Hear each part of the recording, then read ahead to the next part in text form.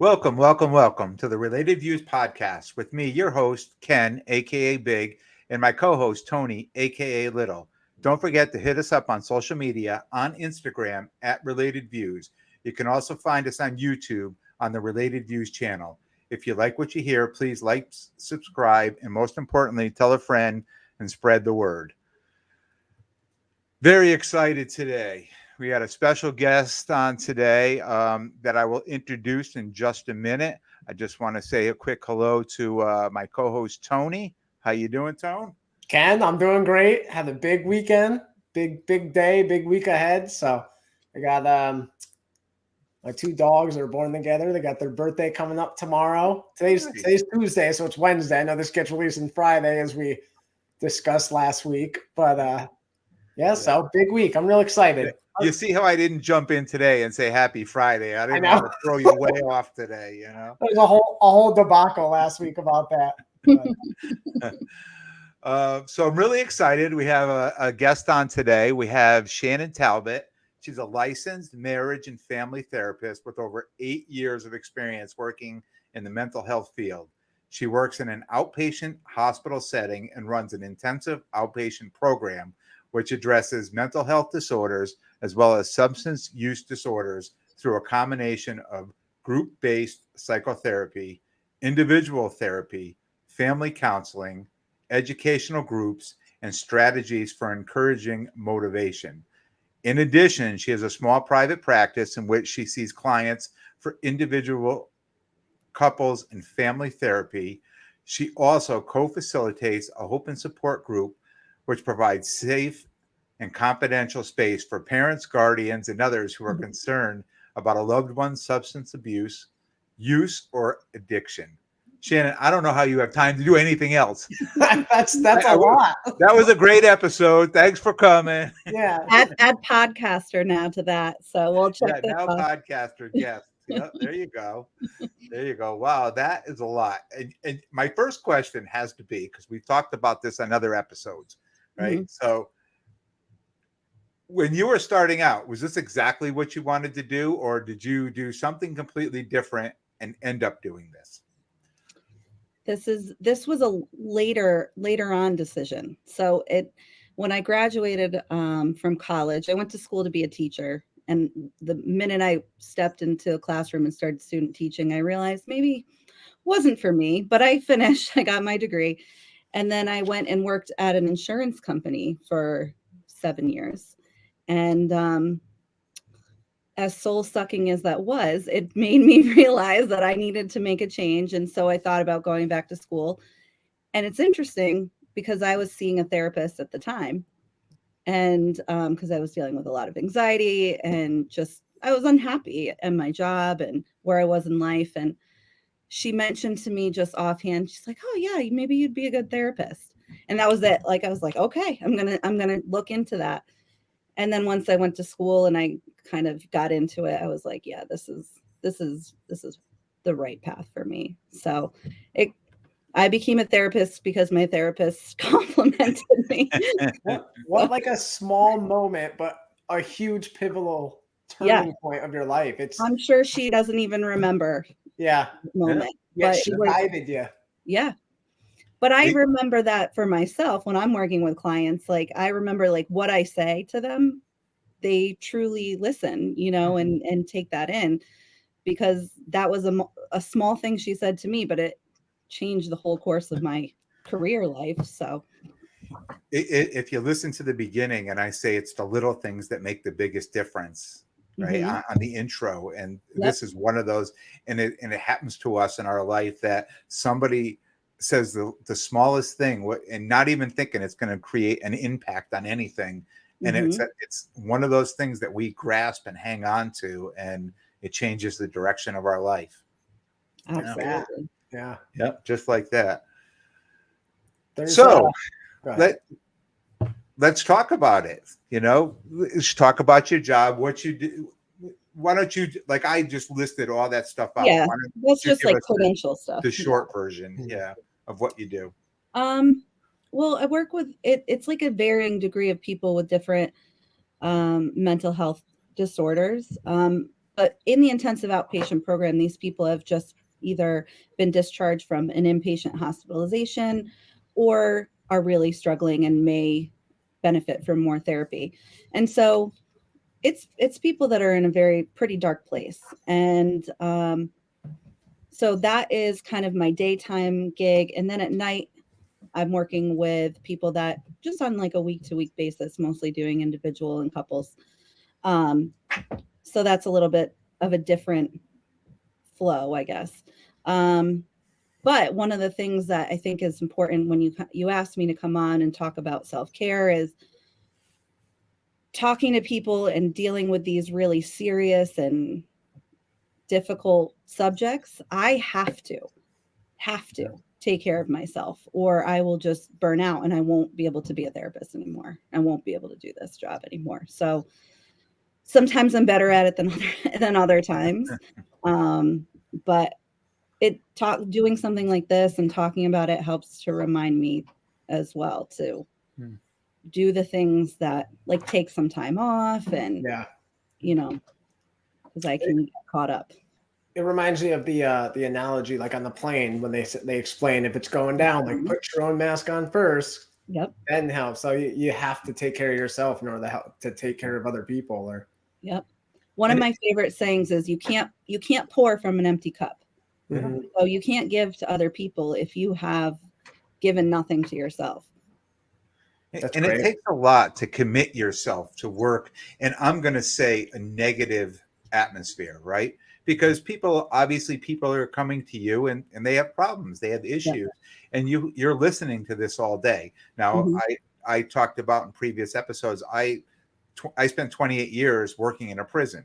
So it was a negative environment, so it was something that it took me a long time, many years to figure out what self-care is and how to start taking care of myself. I just carried that baggage, if you will, with me all along. So how do you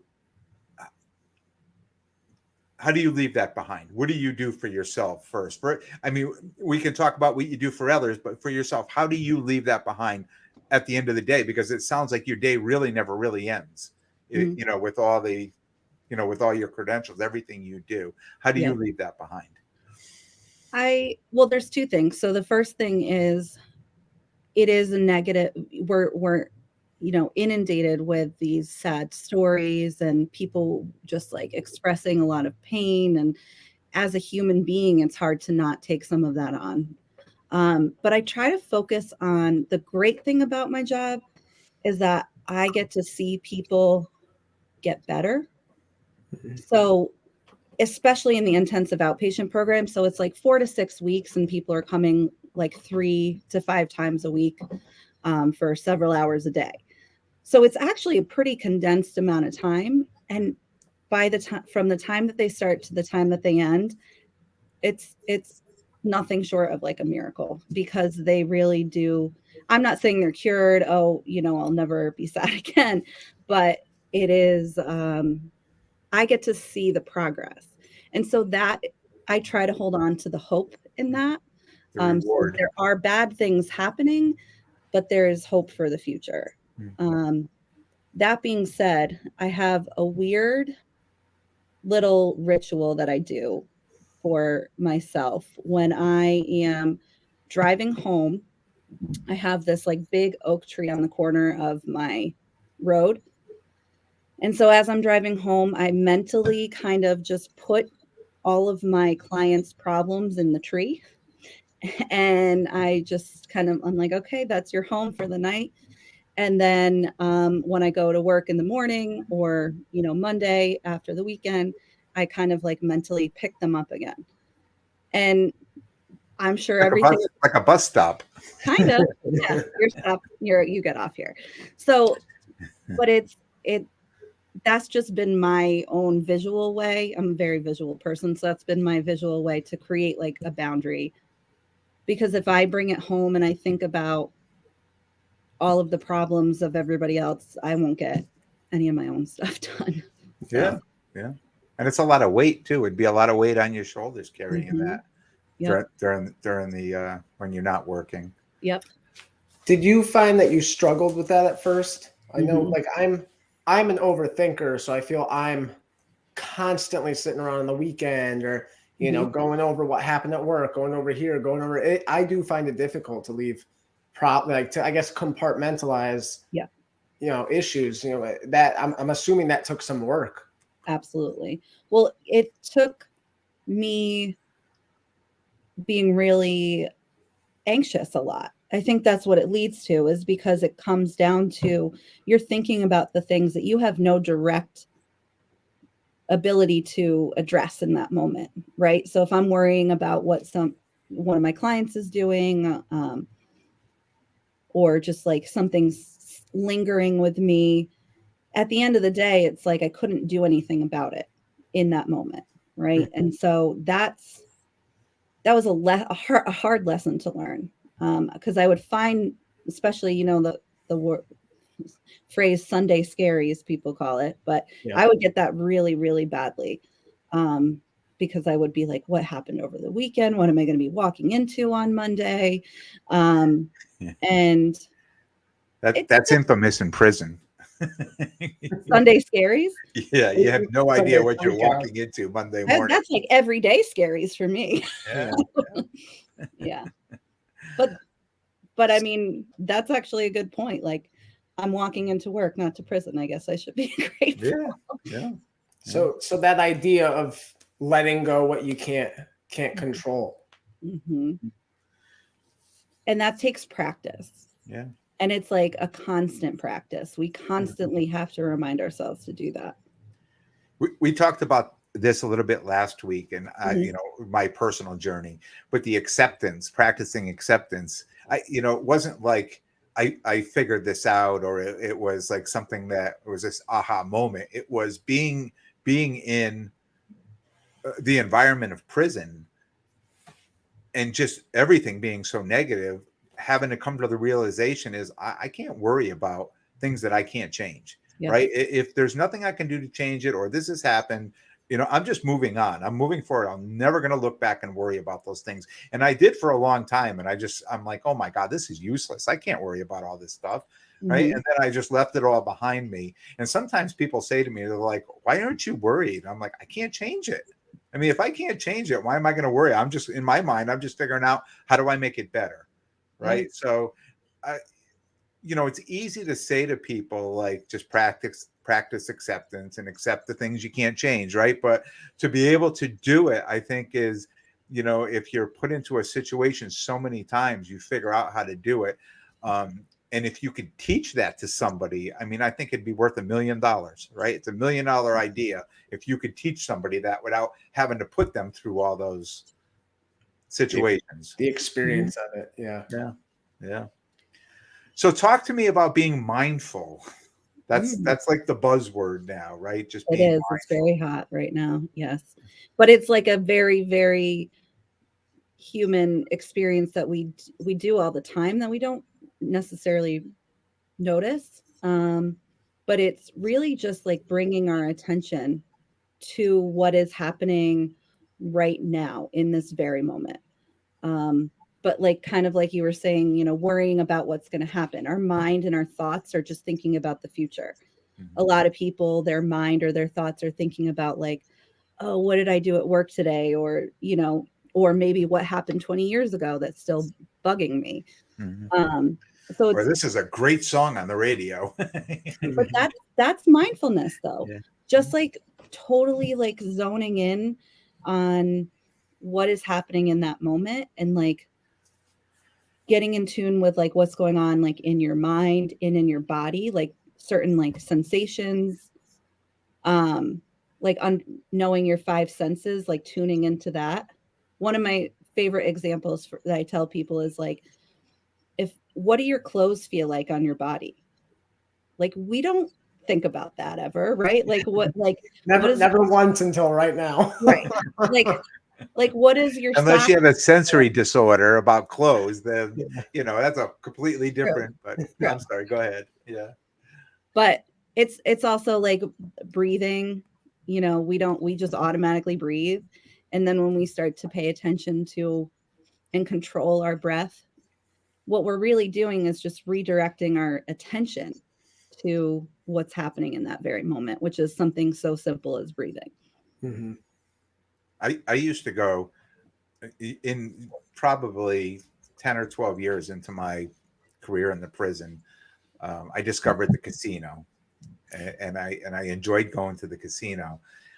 And I made it a thing that when I went to the casino, that I would leave my phone, everything. I'd leave it, my wallet, everything I would leave in the car. And I would just go in there. And sometimes I'd be in there for an hour. Sometimes I'd be in there for 12 hours, For right? days. Just depending how well the day went. And I would get back in the car and people would be like, I've been calling you. And I'm like, yeah, I was busy.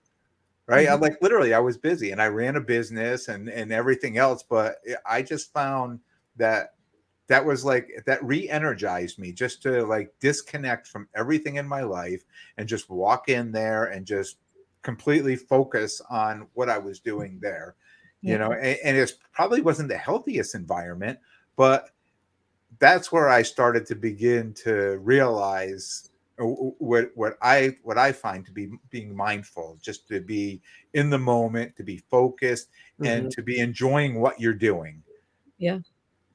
Well, I mean, our phones are probably the biggest distraction ever, too. You know, how can you be mindful when you're like you're not in your mind, you're like in your phone. Yeah, yeah. And it's just crazy that you can't go anywhere. You can't drive down. You can't pass somebody on the highway without them looking at the phone or talking. It's just Yeah. it's crazy how these phones have taken over our Mhm. whole life, and people expect. And you know, I I bet you two are exactly like this. If I'm calling you and you're not answering, I'm like, I know you see me calling. I know you know I'm calling, Come right? on. I hope there's a good reason you're not answering that phone. So, So it's I just and I think uh, that way. So I know everybody else thinks the same way. You know, so when someone calls me and I don't answer, do they think, hey, he saw it and just ignored me? You know, so and that's a whole other level of, you know, yeah, I've talked worrying. I've Yeah. talked in the couple past weeks how my thing is going out to music shows. That's when I can just Mhm. let it all go and I get lost in the music and I watch. So I guess what I'm hearing, like the first step of advice is find the thing that you can let go to, you know, find the, I guess that would be my new advice to someone, like find what your release is, you know, your let go. Yeah. What can distract you from everything else that's What weighing can on you your focus shoulders. on and enjoy focusing on? Yeah. You know, You Well, know, I think everybody hears mindfulness and they automatically think meditation. Mhm.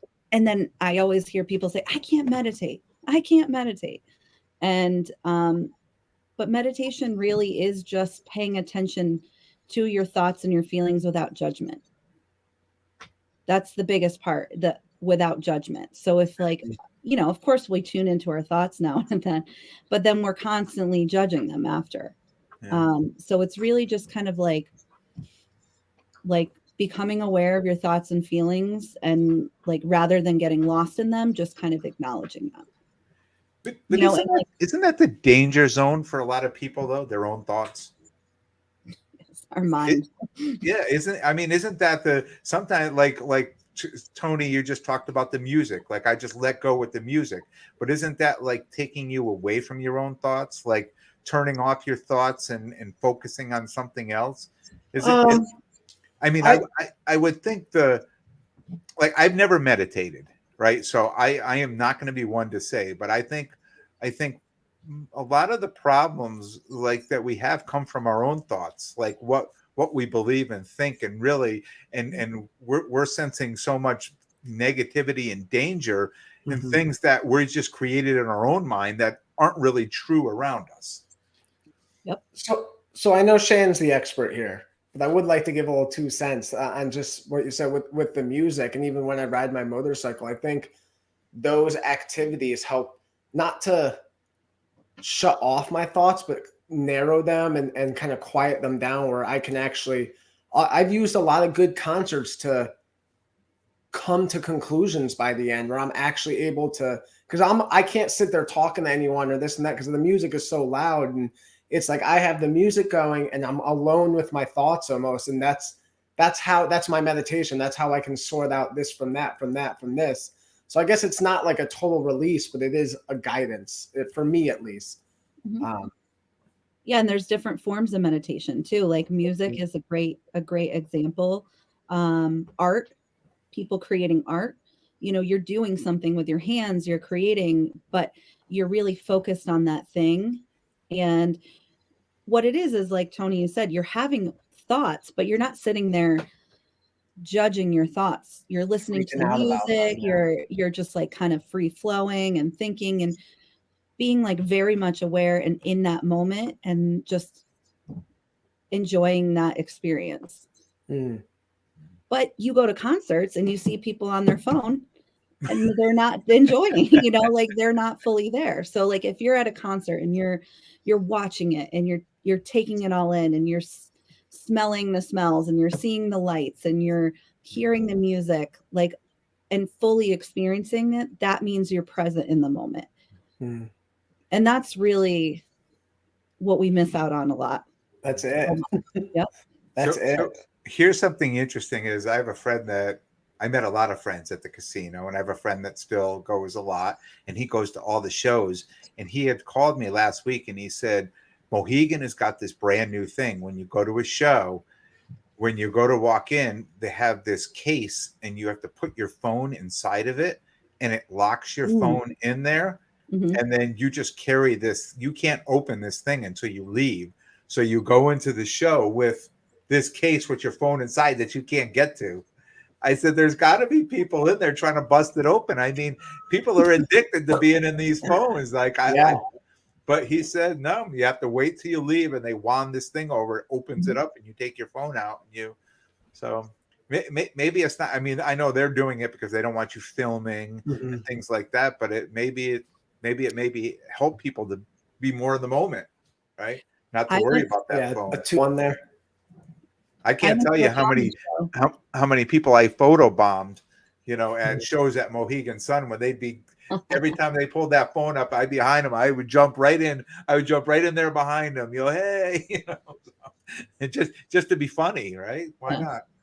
Well, I went to a comedy show and they had the envelope thing where they seal it up, and I paid attention to how I was feeling, and I had a little bit of panic at first, like what if there's an emergency, and it's like, well, there's not going to be an emergency, and eventually, like once the show started, and it did help you be more present in watching the show, and I realized I remembered more of the jokes and everything like that. Yeah. And if I probably at some point, like I hate to admit it, would have checked my phone. Mm-hmm. Of course. And I think that's one of the biggest problems is just not being present today. Like just people just aren't present. And is it because of our phones? Is it because of so much everything that we're worried about in the world or things going on? But I think, people just not being present is probably one of the biggest issues we have in the world today. I agree. Of all ages, from young kids, I mean, everybody is distracted. There's so much stimulation all the time now, which they didn't have a couple 100 years ago or even 50 years ago. Right. I think people are kind of scared to be with themselves a little bit. People are scared for what? To be with themselves. Like kind of like you said, like we look at our thoughts sometimes as our enemy, and our feelings too. And like we have so many possibilities to distract us that we don't feel like we have to feel those difficult things, and it's like, oh, I'm feeling crappy, so I'm just gonna like eat this batch of brownies, or I'm going to, even though I know it's going to make me sick and not make me feel any better, right? Or I'm going to play this video game all night long. I think a lot of us are just really afraid to feel uncomfortable feelings, but that catches up to us after a while. Yeah. Well, they suck. No one wants to feel those feelings. But they will suck more because they will get more suckier as time goes on. And in other ways. The worst thing is when you really enjoy doing something and you really look forward to it, and it gets to a time in your life when you do it and you're like, this wasn't as great as I thought it used to be. And that, to me, that's the worst feeling. Anything like you really look forward to doing something, like yearly or whatever, and then you go do it this particular, and you're like, and it's not so great, and it's not as, it's like watching a movie that you watched when you were a kid and you thought it was the best movie ever, and then you put it on now and you're like, oh my God, this is like the worst movie. It's like the buildup in your mind sometimes is bigger than what the actual event is, right? So yeah, so that, to me, that as you get older, those things that aren't as, don't make you feel as good anymore, those are the things that bother me. But you're getting old. Yeah, but you're talking to a guy that 4 years ago didn't have a hobby. My only hobby was going to the casino once a month. Yeah. Right now I golf. Now I'm into trading cards, and I'm doing so many other things now yeah. Well, yeah, your interests can change, and you're finding new things that make you. Yeah. And the people. Yeah. And the people, which is really like being around different people. Like I have a group that I golf with. I have a group that I do trading cards with. I mean, most of my life, I only had a couple friends that I would do things with, very rarely, because I was so busy with everything else. And now it's just nice to have all these people, developing these really good friendships, is important to me. It's to me, it's part of my self-care, to have these friends. Yeah. 100%. So that's a good segment into what kind of advice do you give people? So, when we have people that are always helping other people, like constantly helping other people, and they carry this emotional debt from all these other people, what kind of advice do you give them to try to like shred these people, or, not shred, but shed these people, or to limit what kind of Like advice people do you that give? kind of like suck your energy. Yeah. A little bit. Yeah. I mean, something that we have to do, but is really, really, really, really hard to do, is like know what your boundaries are and then set those boundaries. That's been a learning curve for me, because I always feel like me setting a boundary with somebody is going to make them upset, or which it may, but I'm kind of that person, admittedly, where it's like, I want everybody to like me and I don't want to upset anybody. And if I say no to them, then they'll be upset with me. But then you realize how much you're saying no to yourself by saying yes to everybody else. And that you can't sustain that for too long. So it's just finding those things that you can say no to. And then a lot of it, like you said in the beginning, is the acceptance of that they're going to have their reaction, and their reaction is not necessarily my responsibility or in your control, as we talked about. Yeah. Exactly. Yeah. I think we're afraid to hurt other people's feelings by saying no, or look, I can't do this anymore. That's just too much for me. And I think a lot of us just start by not answering the phone, right? Or not responding, because we know what's coming. Yeah. Yeah. Yeah. And I think it in order to set boundaries, like, yeah, you can just ignore people's phone calls all the time. But like sometimes what we do is we just try to set a boundary in a passive way by like, oh, I'm just going to ignore you. But that will hurt somebody's feelings more than if you just communicate by saying like, hey, I had a really busy week. Can I catch up with you next week? Yeah. Like there's ways to say no to people that you're not just like saying, no, I don't want to. Leave me alone. Yeah, exactly. Yeah. So because if you don't answer the phone, what they're going to do is they're going to fill in the blanks. And they'll be like, oh, this jerk, like, they're ignoring me. And then they're going to think of the worst case scenario, probably. So a lot of it is just like communicating with people where you're at. You don't want them to hate you, but you just want to, I guess you're right, set a boundary just to say, yeah, this is what I can do and this is what I can't do. Mm-hmm. Yep. So a little bit ago, you talked about the emotions and the mind, and we all know everyone's first thing, on their self-care, I feel, is the physical. But can you tell us about the connection that you found between the three, the physical, the mental, the emotional well-being? Mm-hmm.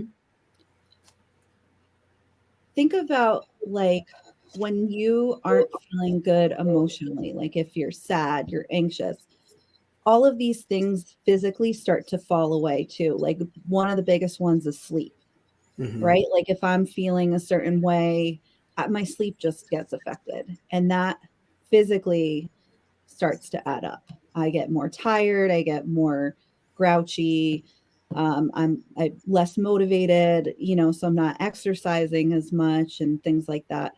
But when we're paying attention to our physical health, when we're getting enough sleep, when we're exercising, when, like Ken said, when we're making really good connections with people, that feeds us a lot too. It just they're just so connected, and I think that they're just starting to like put this together in like the medicine, like the healthcare field, that like mental health is actually important to a lot of people in healing physically. And I think that was like your last episode or 2 episodes ago, right? With Samantha. About, yeah. Oh yeah, they're all hand in hand. I mean, I listened to this guy for years as a college athlete, Division I college athlete, and then through as a coach. Tim Kramer was his name. His game was golf, and he said, for years, we talked about the physical. For years, we talked about the mental, but no one ever addresses the emotional, and that was his game. It's funny. I actually just got an email. He did like a quote of the day, and he just sent one 2 days ago saying, I've got some health issues. I can't do it anymore. So it's funny that comes up now, but it was all about the destination can never feel any better than the journey did all along the way. Like if you're not having a good time, then it's not going to end the way you think it is. It's all about the experience, not about the end of the road. Right. And like, if you think of athletes, like the mentality of like their beliefs about their own ability, their beliefs, like so much negative thought, like in dealing with that, and like their confidence and self-esteem, and there's so much emotion that goes into it, and they're not going to perform at their peak physical performance if they have a true belief that they can't do it. There's no way. Your eyes are a projector. They're not, they will give what will happen is what you're thinking, and not vice versa. They say seeing is believing, but believing is seeing. Yeah, I agree with that. So yeah, go ahead, Ken. No, I was just going to ask you. So when people come to you and say, "Hey, like I'm sad in my life," or just things aren't very good in my life, or they're seeking happiness, I mean, what kind of direction? Where would you start with something like that? Where would you say, here's the best place just to start to feel happy, or to be happy with yourself, or happy in your life? I will tell you, when I ask people what their goal is for therapy, I would say 95% of the time is they say to be happy. And then I have the spiel with them that I say, well, happiness is one emotion, right? And we have moments of happiness in our life, and it's about appreciating them, being aware of them, being grateful for them. The thing is, we can't be happy all the time. It just isn't possible. And so sometimes their goal is like, I need to be happy, but they don't really understand what their goal is. And so I try to redirect them to, what would it look like for you to be content? So content is more like a stable state of being. And when you're content, you can still have feelings of happiness. You can have feelings of anger or sadness. But if you're content, what you're doing is you're dealing with these feelings in a healthy way. And so I think a lot of it is just like, when we think about happiness, it's really defining it in a realistic way. Because if we have this like huge expectation out there that like, oh, I have to be happy, it just isn't reachable because we're not happy all the time. And that's okay, because that's just part of the human experience. But I say to people, if you're happy all the time, then I'm probably more concerned about you. You want to know what they're on. That's a mental illness. No, Yeah. you can't have happy without sad. There's got to be an equal opposite side of the spectrum. Right. If you were happy all the time, then it wouldn't be happy anymore. That would be content. Right. Right. And so it's in those moments of happiness, it's finding the things that you like to do, going to a concert, going golfing, going to the casino, doing a podcast, like it is finding those things and in that moment, appreciating it. And that's where the mindfulness comes in. Mhm. It's like I have a Jeep Wrangler, and when the weather finally hopefully gets nicer, I put the top down, and in that moment, it is like the best feeling ever. And even if I'm driving like 5 minutes, I pay attention to how that feels, Yeah. and like, even if the rest of my day is sucky, like that 5 minutes, I'm like, that was good 5 minutes. Turn the radio up just a little louder. Yep. Yeah. The Yeah. wind in my hair, and it Smile a just, little harder. yep. Yeah. And I like feel it, right? Like, that feeling of like, Yeah. this is nice. I'm sure you have a lot of people come to you like, like a diet, like I want to lose weight and Yeah. I want to lose it all in a week, and I want to be happy and I'm here and I've hired you and I need to be happy by next week or by the end of the month, or, I'm sure that they come to you with these demands or these thoughts that you're going to cure all what ails them.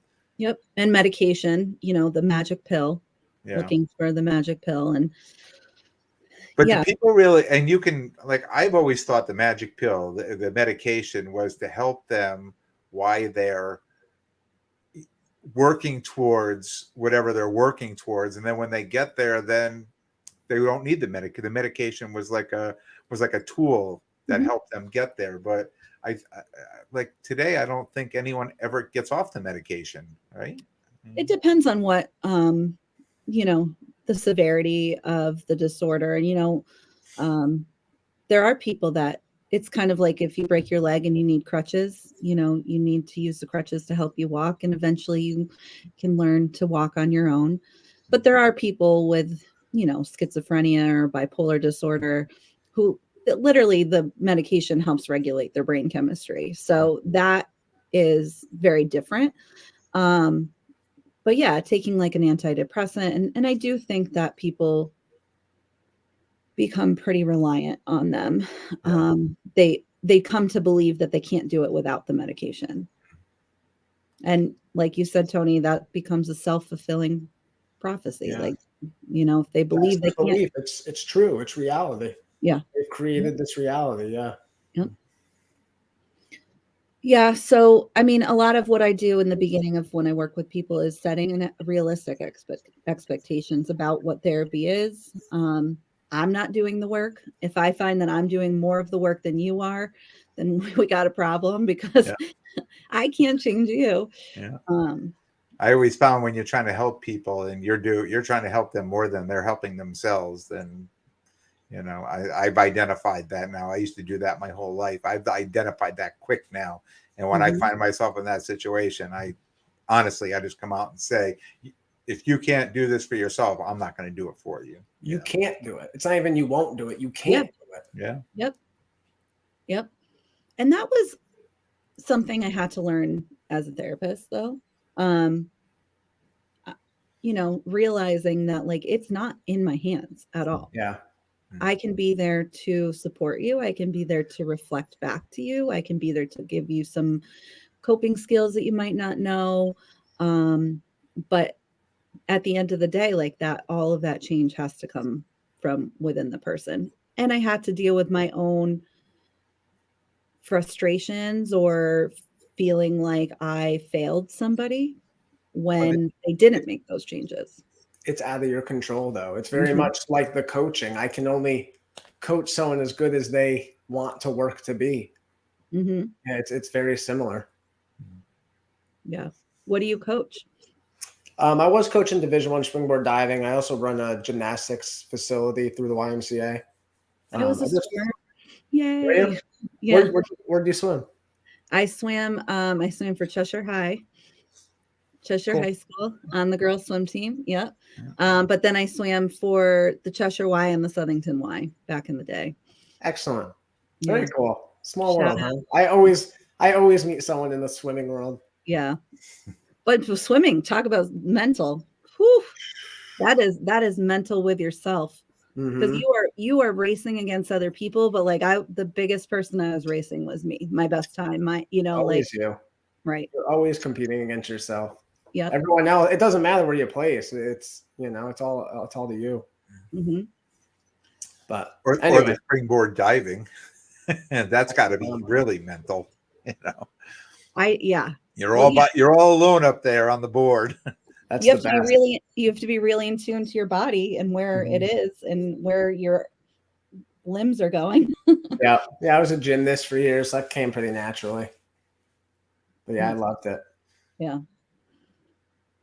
So as we close out, just talk to me about self-care and why I think we know why it's so important, but what kind of advice do you give people? How do they find, like, I know I was lucky. I was able to find the things that made me happy and people and hobbies and I say too, and we talked about this very early on, that I created a great supporting cast around me, right? So I found people that I felt that could help me along the way as much as I could help them. So when I retired from the prison and I started finding things that I enjoyed, I had people around me that I was able to kind of look up to and get, find things that they enjoyed to try them out. Try this, try that, just, kind of trying things out. What kind of advice do you give people as far as self-care to, how to figure out what really works for them? Because like I go for mani-pedis every 2 weeks, right? But nobody I know, not one person, a friend, male, anybody I know that does that, I had to figure that out on my own. Like, this is what I enjoy doing. This is they're missing out. Part of my self-care, so I don't know how to, like, how would you give advice to people that go find something that they may not even know would interest them?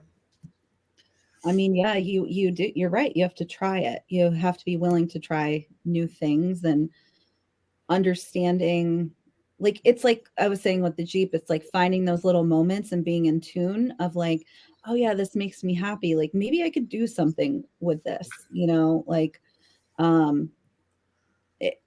you mentioned having a motorcycle. Like at some point you had this idea like, oh, that might be something that I enjoy, and you have to try it. And not everything you're going to try is going to be the right. Ooh, not that. I took a painting class and I really I was like zenned out doing it, but my paintings were I'm not going to talk down on myself. They weren't the best in the class, but I had the journey, not the yes, exactly. I play golf with Tony, right? So stop, Ken. Tony loves to play golf. I like to play golf, and you know what? Golf is something that I do not put myself down for. Like I just go out there and I'm like, whatever. I just play. But like in a lot of other things, I don't think that like that. So that to me is like a peacefulness.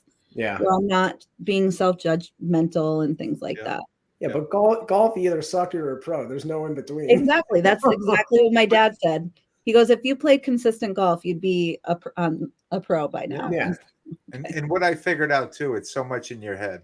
Like, especially with golf, where I sit there and I concentrate and I was very stiff and like really wanted to do this. And probably about 70% of my shots worked, right? And 30%, I don't even know where they went. But this year, starting out this year mentally, I was just like, you know what? It doesn't matter. I'm just going to go up. I'm going to swing and hit and I've developed this whole new relaxed swing and what I'm doing. And I just find that things are like good things are happening that I'm just like, if it works, it works. If it doesn't, it doesn't. You're happy no matter what. That's Tim Kramer's thought. Yeah. You got to be happy regardless of your shot, or else you're already self-defeated. Yeah.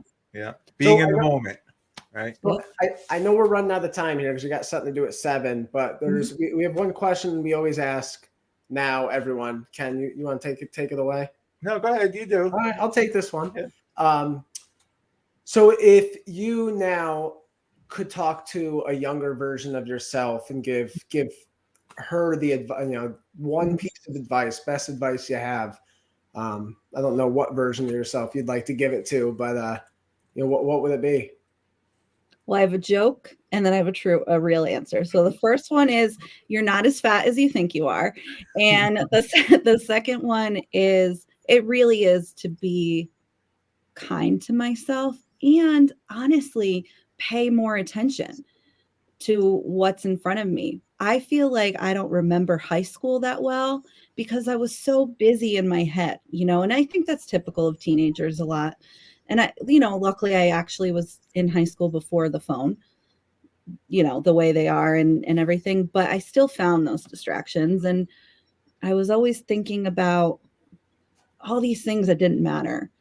And so I would definitely tell myself to just like be more in the moment and appreciate the things that are happening in front of you, because I think life flies by so much quicker. And if we can be in the moment, we can, in a weird way, kind of not drag it out, but appreciate it. Along it. Yeah. For Yeah. better or for worse. Yeah. Sure. It's sad that we spend most of our life thinking less of ourselves than the people around us. That the people around us think so much more highly of us, and we're so critical of ourselves that we think less of ourselves than the people around us. And sometimes just getting to realize that, I know you put it out as what your first one was as a joke or whatever, but sometimes we're just so critical of ourselves that, we don't need to be that. And that too could be part of our self-care, or just, being more happy, Be kind to yourself. Yeah. just liking ourselves. Yeah. Right. A little more. I ask myself now when I say something negative to myself, I ask, would you say that to another person? And if I wouldn't say it to another person, I'm like, why would you say that to yourself? Yeah. And so that helps me to keep it in check a little bit. But it's, what happens. It's just, we got to be mindful. It's all about mindfulness. It is. Well, Shannon, thank you so much for being on. And Thanks for having me. That's great. we're going to ask you to come back maybe in season 2, and we'll catch up and see where you're at, and see if you've added any more jobs onto what you're already doing. I hope not. I hope I can get rid of some. I seriously might add podcaster. I'm thinking, no. There you go. Absolutely. You'll have to have us on. Careful though. Ken struggled saying all those things, so we can't add too many more. Well, I want to thank everyone for listening. And if you like what you hear, please like, subscribe, and most importantly, tell a friend and spread the word. Tony, Shannon, thank you. And we'll talk to everyone soon. Take care. Thank you again, Shannon. Bye. Bye-bye.